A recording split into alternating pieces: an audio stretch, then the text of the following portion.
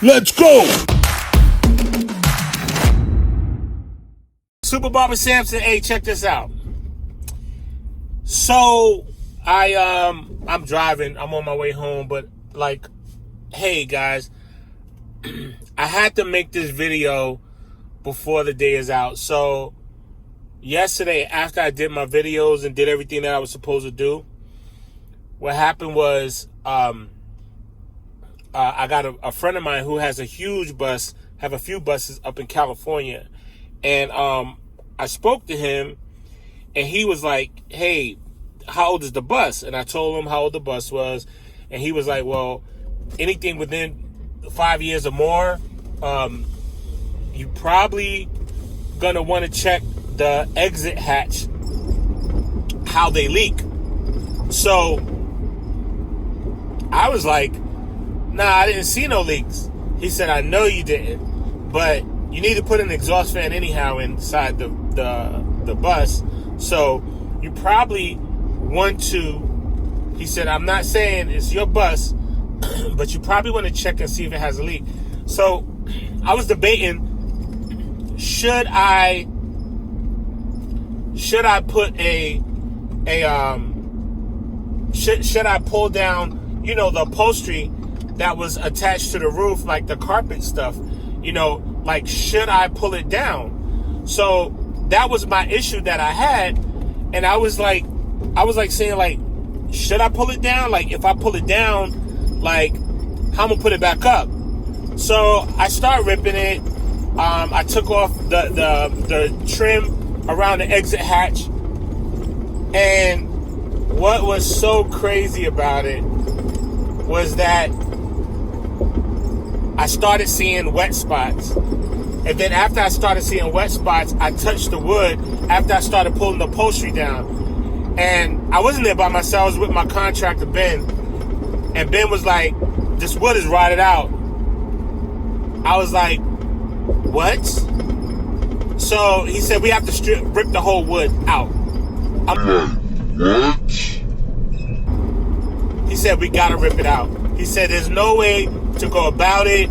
I know you wanted to keep the carpet up here. I know you wanted to make it look nice and keep it looking nice or whatever. He said, but we got to rip this out. We got to take out the wood. We got to strip the whole thing down. I said, the whole ceiling? He said, the whole ceiling. I'm like, oh, man. So we figured it out. It was inside the exit hatch. The roof was leaking. Like, there was when they put these exit hatches in, it's not meant to, like, be sealed forever based off of whatever weather conditions you're in. I live in Texas, so I'm almost 100% sure that with the weather conditions, it melting and things of that nature, that it just didn't do good. It just didn't do well far as, the area that I'm in. Like, if the top of the bus gets very hot, you're talking about 100 degrees weather on a daily basis, and then it'll rain. I mean, so then we have, like, hurricanes, whatever, and, so we have a lot of stuff going on as far as weather conditions with our vehicles. When I lived up in New York, we had issues with salt because we always putting salt on the ground, so the salt used to go up in the undercarriage of the car and rust it out quick. And so that's why you would never want to get a car from New York unless it's been taken care of, right? So the crazy thing is that, those are some things that you never really check. So those of you who've been hitting me up talking about that you wanted to get a bus, before you buy the bus, you want to make sure and check,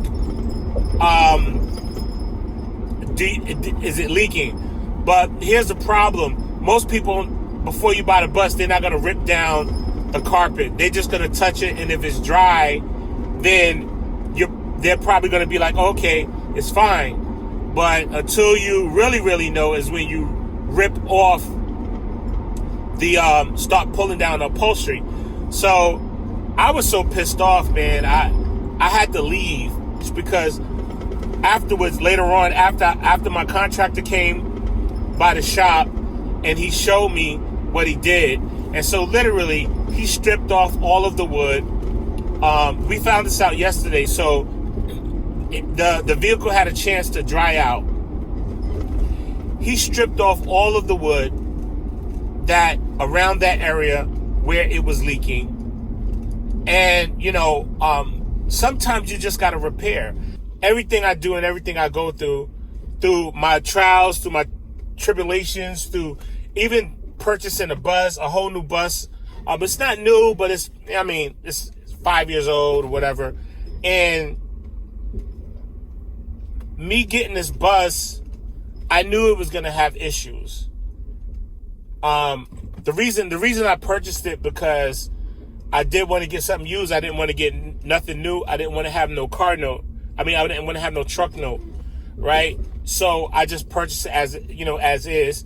But the reason I purchased it was because the person that sold it to me, the dealer that sold it to me, he got it from a person who abandoned the truck at the dealership after the dealership literally fixed the engine and fixed up the turbo and did a brand new turbo and everything.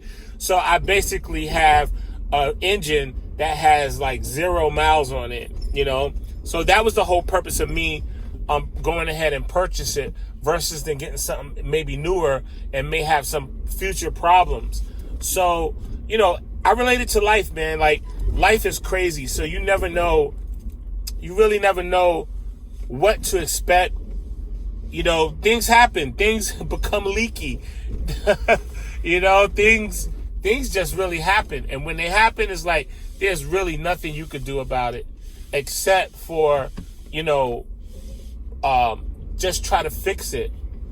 And, some of you may have leaky roofs, and what I mean by that is some of you may have some issues that you're trying to fix. I just want to encourage you that the picture that you're about to see right now is the picture of my contractor before he moved all the mess out the way.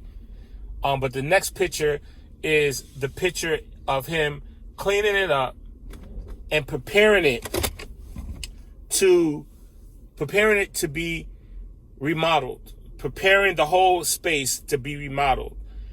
And so sometimes you got to take all the old wood, all the old junk, all the old stuff that you have going on in your life, and you just literally have to get rid of it. All right? Stick with me with the process. Like, subscribe, follow the process as we grow, as we get better, and as we finish this mobile barbershop. Peace! Let's go!